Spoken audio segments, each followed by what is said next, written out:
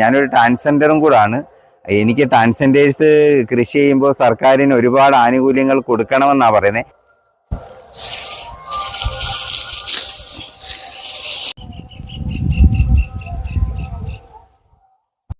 Hi friends, നമ്മൾ ഇന്ന് വന്നിട്ടുള്ളത് വിനോദിനി എന്ന് പറഞ്ഞ ട്രാൻസ്ജെൻഡർ വുമണിന്റെ ഇത്രയും ഈ വലിയ വരുന്ന 5 ഏക്കർ പാടശേഖരത്തെ കൃഷിയെ കുറിച്ച് കാണിക്കാൻ വേണ്ടിയിട്ടാണ് ഇവിടെ എത്തിയിട്ടുള്ളത്.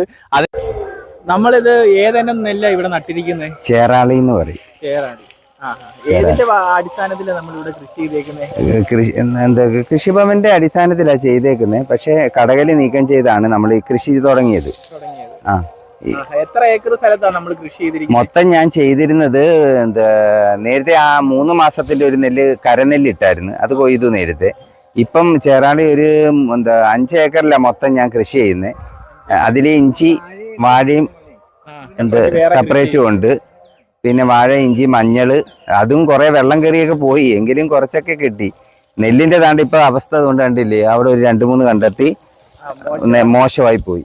ഇത് പിന്നെ നല്ല നെല്ല, ഇത് നല്ലതാ. പക്ഷെ ശല്യമുണ്ട്, അതുണ്ട്, ശല്യമുണ്ട്. അതുപോലെ തന്നെ വെള്ളത്തിന്റെ ശല്യത്തിലാ അവിടെ കുറെ നെല്ലുകൾ നല്ലതായിട്ടുള്ളതെല്ലാം പോയത്. ഇനിയും ഇപ്പം ആനുകൂല്യങ്ങൾ എന്ന് പറഞ്ഞാൽ നമുക്കിത് 1,00,000 മേളില് രൂപ ചെലവായതാ, കടകല് നീക്കം ചെയ്താ. പക്ഷെ നമുക്ക് സർക്കാരിൽ നിന്ന് തുച്ഛമായ ഇച്ചിരി പൈസ കൃഷി ഓഫീസറിന്റെ കെയറോപ്പിൽ കിട്ടിയിട്ടുണ്ട്. അത് ഇപ്പോഴാ കിട്ടിയെന്ന് പറഞ്ഞിട്ടുണ്ട്, ഞാൻ എടുത്തിട്ടില്ല. ഇനിയിപ്പോ ഇത് കൊയ്യുന്നതിന് ശരിക്ക് ആള് നിന്ന് ചെയ്തെങ്കിലേ ശരിക്ക് കൂലി ആകത്തുള്ളൂ. ചെയ്യുന്നുണ്ട്.